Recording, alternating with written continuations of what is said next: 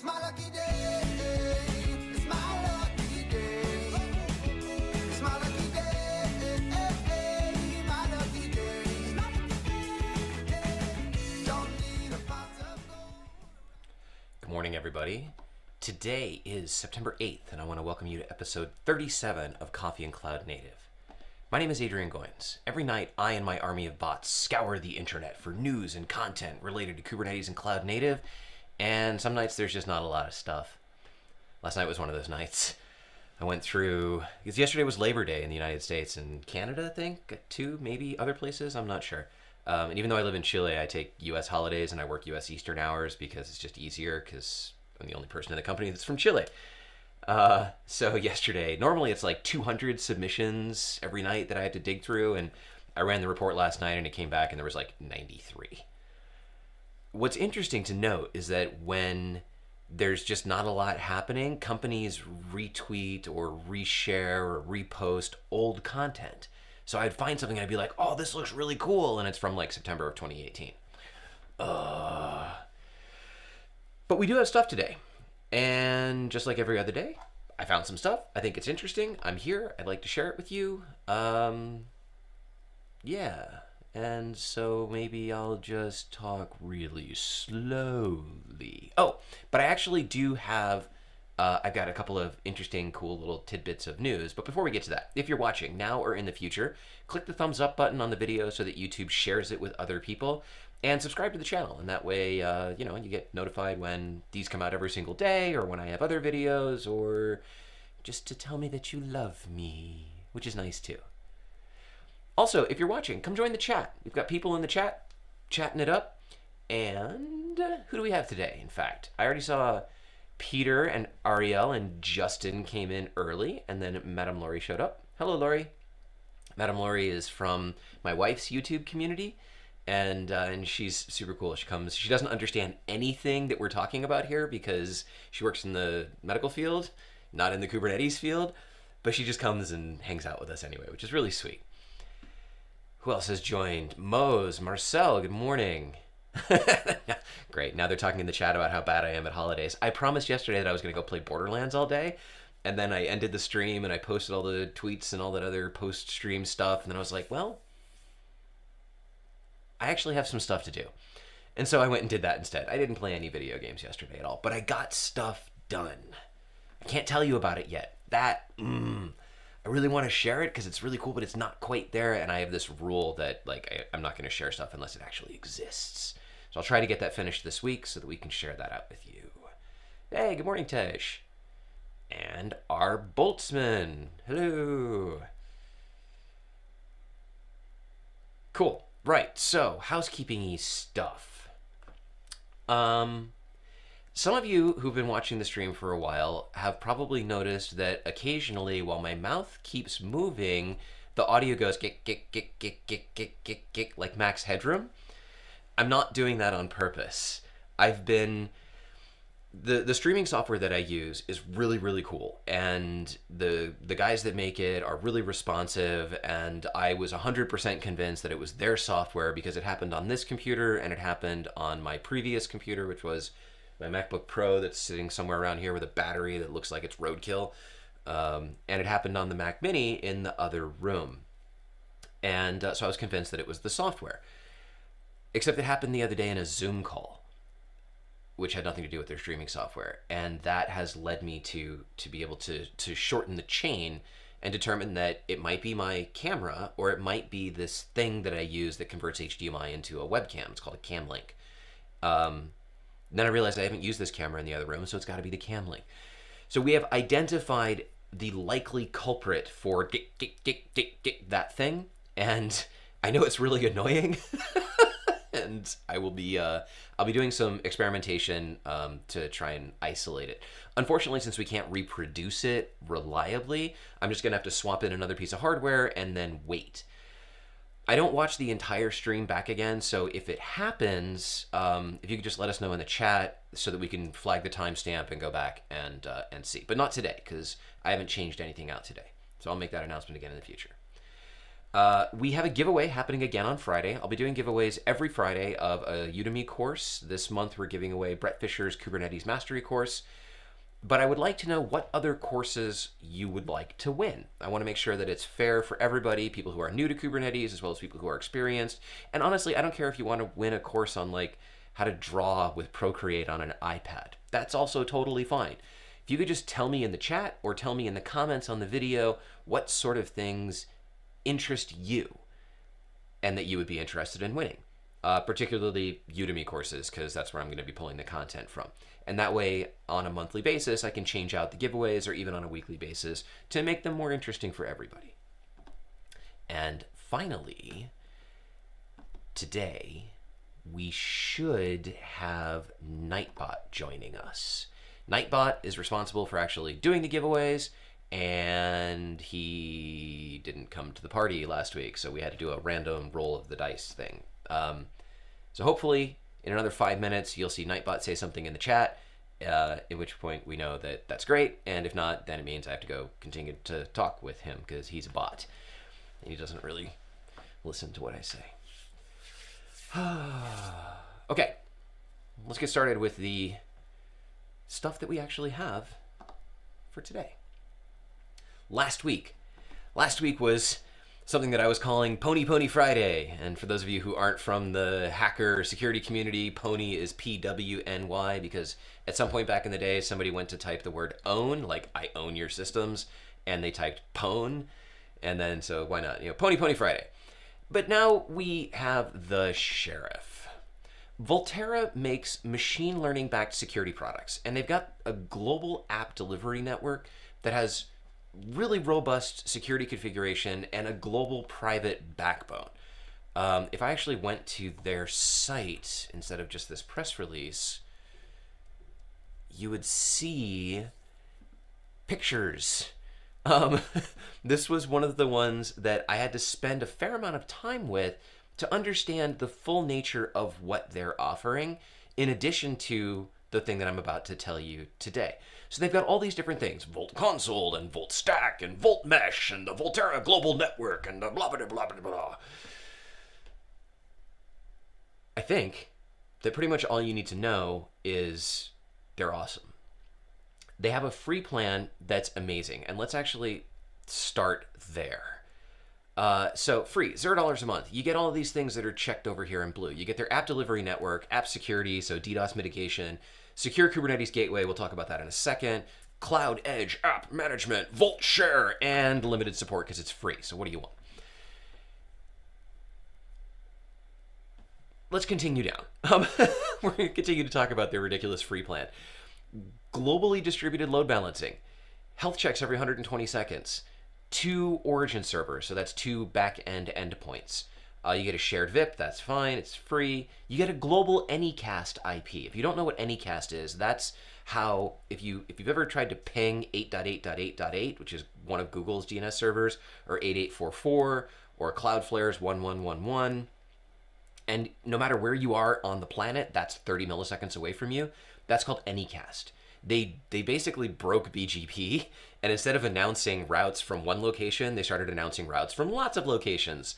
And because BGP picks the shortest path to a destination, it allows them to have machines responding to the same IP address all over the planet. That's really hard to do, and it costs a lot of money, and you can get it for free from Volterra. Holy cow, that's great. And then lots and lots of other stuff that's included down here. But this is within the application delivery network, the ADN. So that includes load balancing, API gateway, and security services. And then let's just scroll down and, app management. You get tiny containers, you get medium containers, you get large containers. So a large container would be something that has 1 vCPU, 1,000 megabytes of RAM, and 5 gigs of local storage for free. For free. Identity and secrets management, distributed block storage. Oh, but wait, there's more. You can get a small node 4 vCPU instance for free. You can, it just goes on and on and on and on and on and on and on and on and on for like days. Can I use Volterra for free? Heck yeah. What can I do with the free plan? Tons of amazing stuff. Why would I ever need to upgrade? Oh, okay. Well, actually, that's a good question. Because while it's totally free, there might be situations where you exceed the free tier, and that's cool. What they actually announced, and this was September 2nd of last week, it just keeps getting punted off the end of the show, and this is why I put it first today, is new capabilities for their VoltMesh product. This, I'm trying to find the explanation of it. Okay, so the VoltMesh product gives you, let's jump back over to the FAQ here. Well, VoltMesh gives you secure API gateway, and it gives you, hang on, products, VoltMesh. Okay, so multi-cluster load balancer and API gateway, automated zero trust and API security. Hey, look, pictures, things that, this is how you would have to protect all of your, you can't see my mouse, I'm pointing on the left-hand side thing there. You would have to protect all of your application endpoints and things individually, but with their app delivery network, it just runs through them.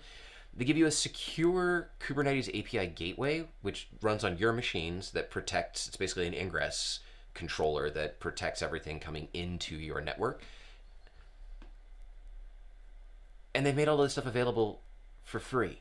So that if you have anything, I have a small DigitalOcean environment. And at the risk of like inviting danger upon myself, I talk about it, and I don't want anybody to come and own it. I don't want anybody to come and attack it. I don't want anybody to come and be like, that Adrian Goins guy, he's got a big mouth. I'll just, launch the BFG against him. That's a 4chan reference. So deploying something like this in front of my environment is free and would protect it and is absolutely ridiculously amazing. But wait, there's more. If you buy now, they'll even throw in a set of Ginsu knives. Actually, they won't. But what they will do is...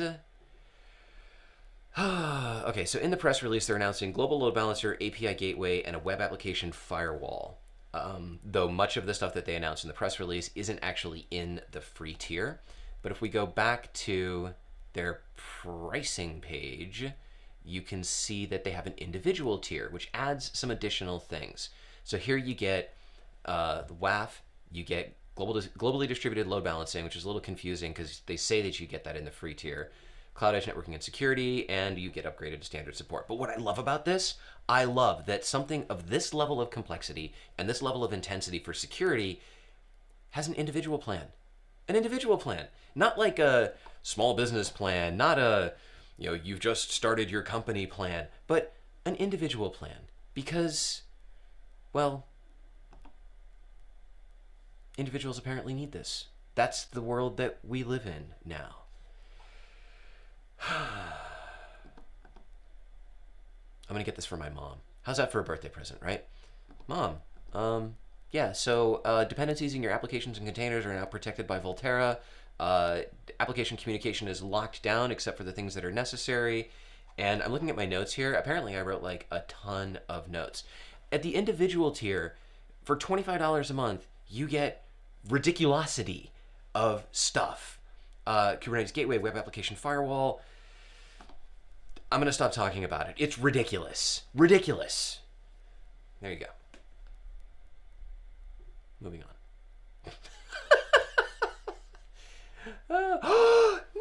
Nightbot! Yay! Okay, so it wasn't actually Nightbot's fault. It was my fault. Sorry.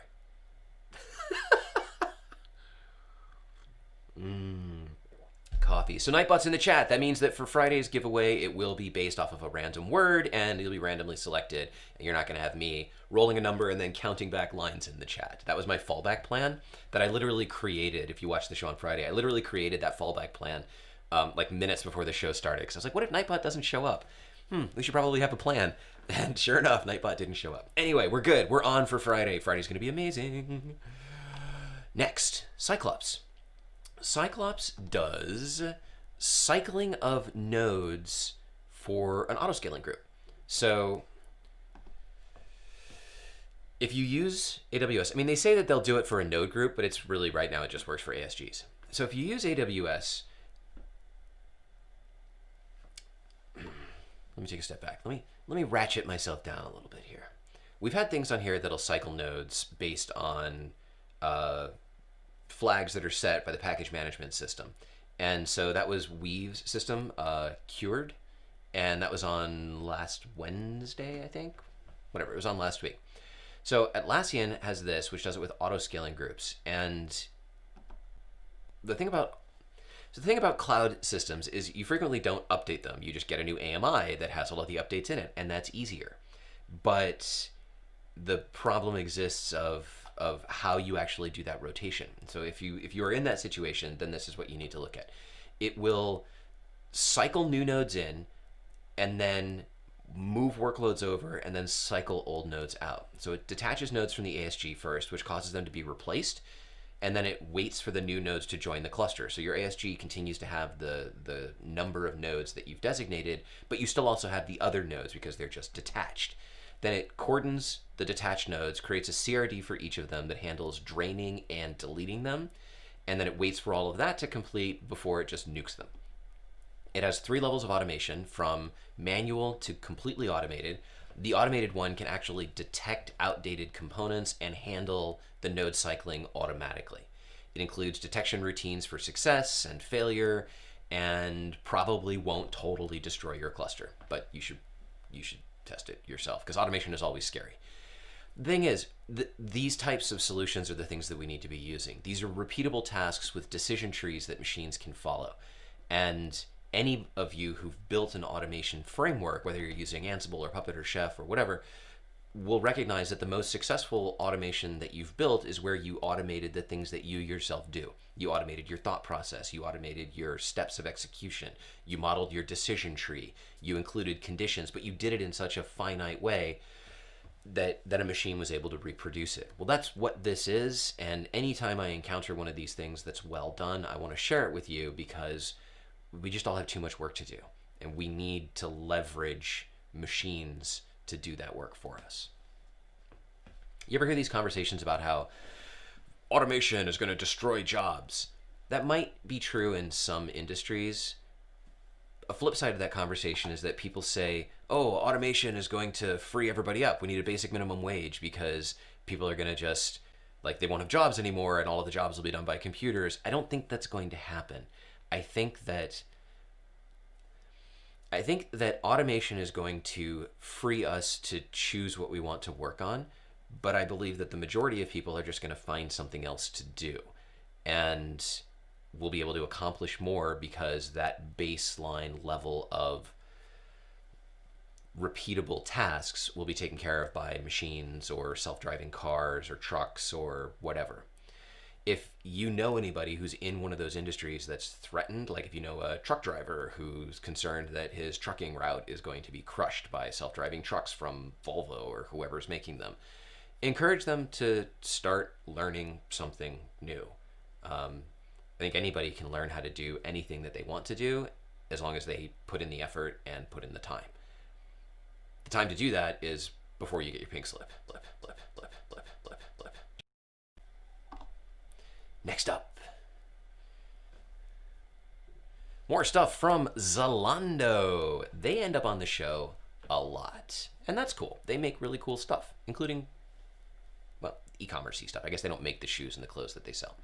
So this is another story about Kubernetes being awesome. This is the Kubernetes ingress controller for AWS, coming to us as a gift from Zalando.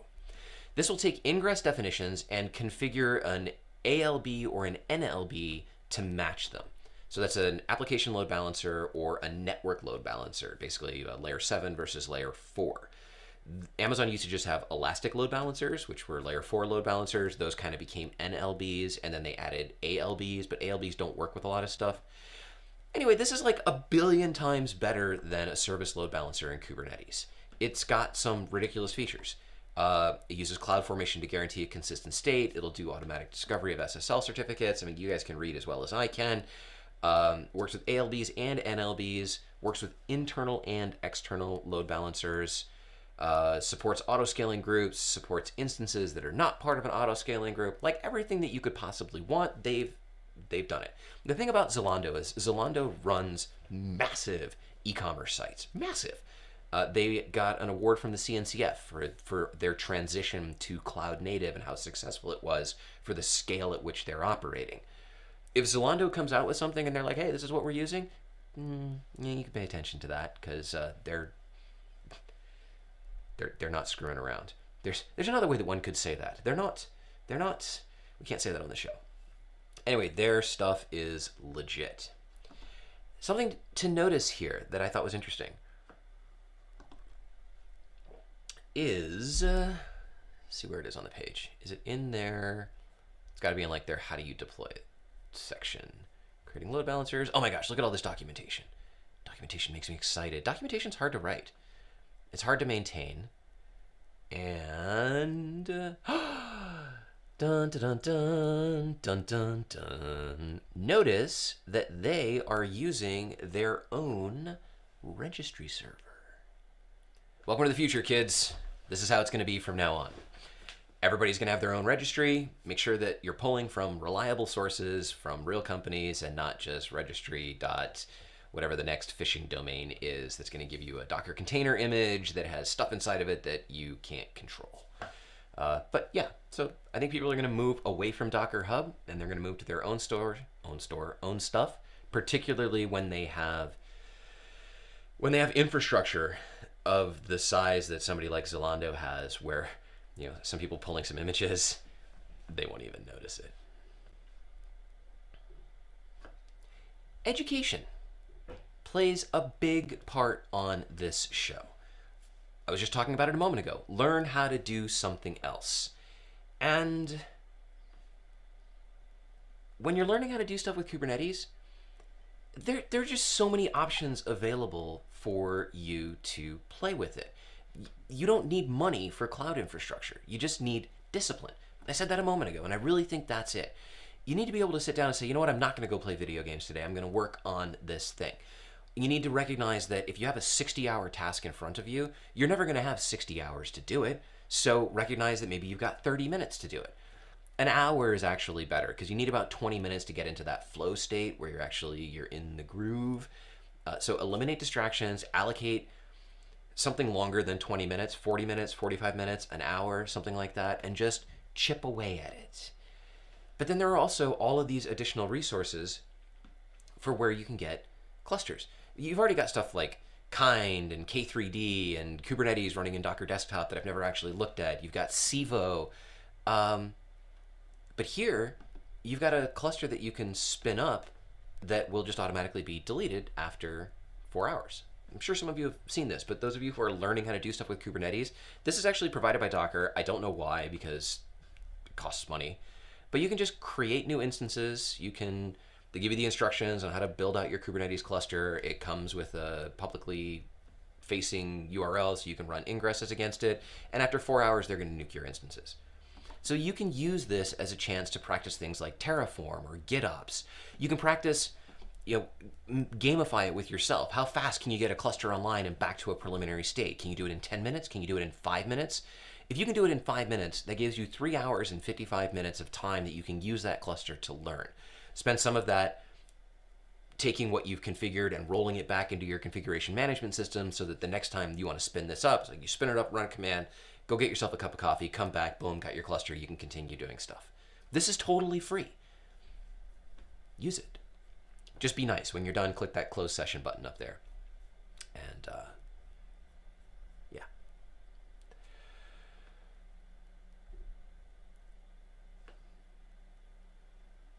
This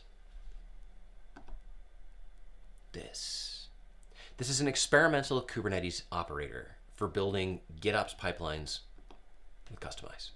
It's a mouthful. Well, we've had the stuff from FluxCD on the show a lot, all of their controllers. I don't know how many people they have building this stuff, but they are just releasing and releasing and releasing as they're building out the new FluxCD2 toolkit. This is part of the GitOps toolkit. This is really cool. So the source controller, let's see, they got a better, they have a better picture, I thought. Yeah, here we go. Can you see that? You can kind of see that. So the source controller pulls from a repo, creates an artifact, creates an event, emits an event. Sorry, it doesn't create an event. Gotta get my lexicon correct here. Emits an event, and then the kustomize controller that's running inside of the cluster hears that event and goes to work. It uses kustomize to build the manifests that it then applies to the cluster.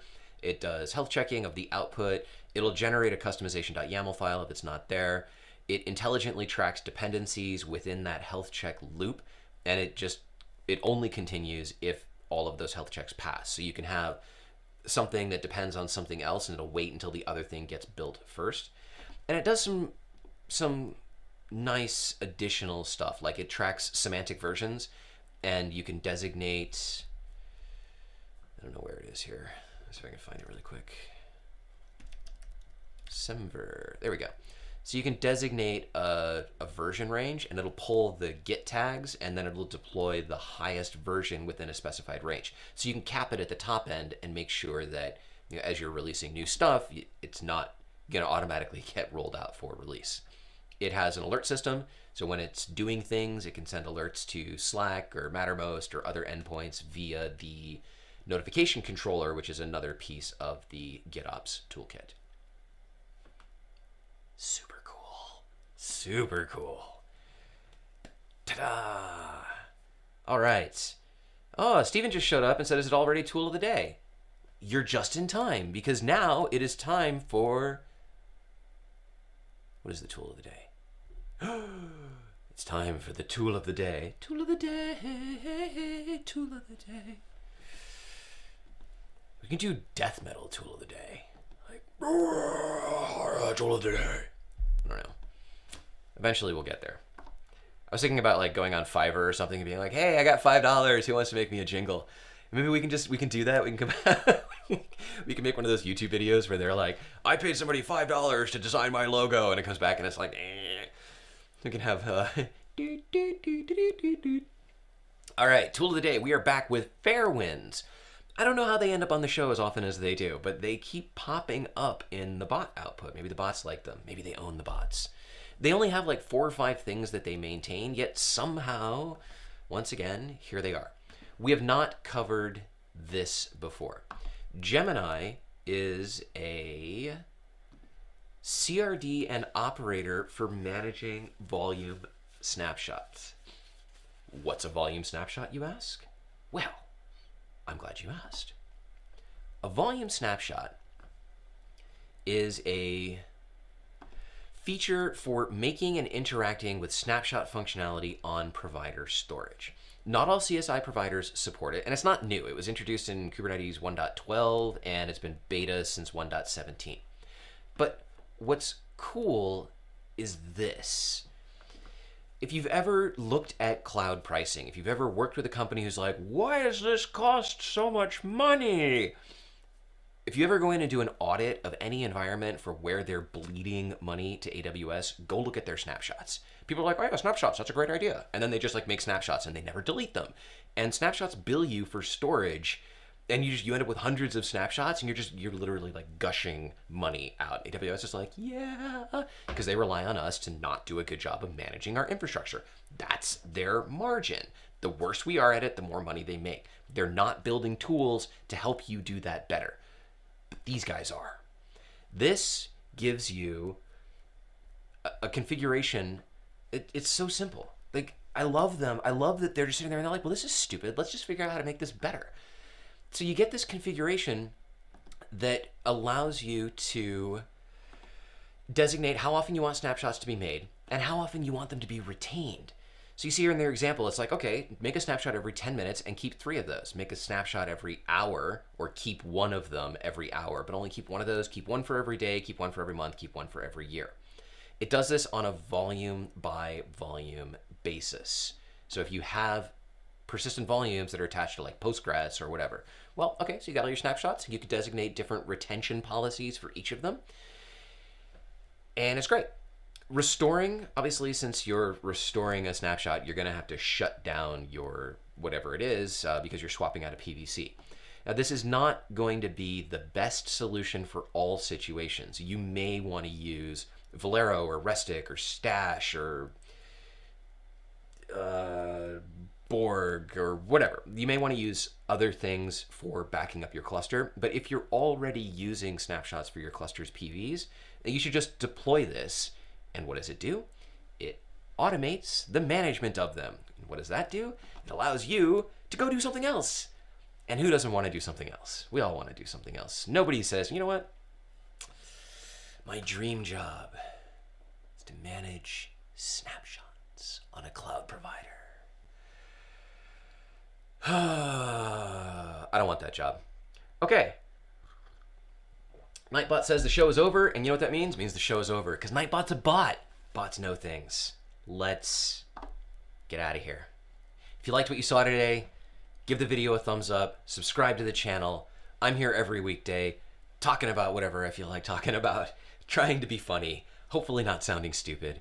There's always something new to talk about, so there's always going to be more opportunities for me to sound however it is that I sound. I will have all of the links and the timestamps up in the video description in about a half an hour. I don't know where that's going to show up. If you follow me on Twitter, you'll get a notification when that happens. If you have something you'd like for me to consider for the show, hit me up, let me know. My contact details are in that mystery video description place down there. Or you can tweet with the CNCN hashtag and I'll pick it up. Post in the comments of the show anything that you would like to learn about on Udemy. I saw some stuff go by in the chat. I'll look at that after the show. And of course, if I mention something that you use, tell me in the comments. Tell me if you like it. Tell me if it sucks. Let us know. Like, I just grab things that I think are cool, but I don't have the ability to use all of them. I'm just here to talk about them. I'll be here every day, every weekday, even on holidays, probably even on my birthday, to keep talking. So thank you all for joining me. I hope you have a great day. Keep learning. I will see you. I pretend like I don't know the answer to that. When will I see you? I'm going to see you in the next show. Bye. Have a great day.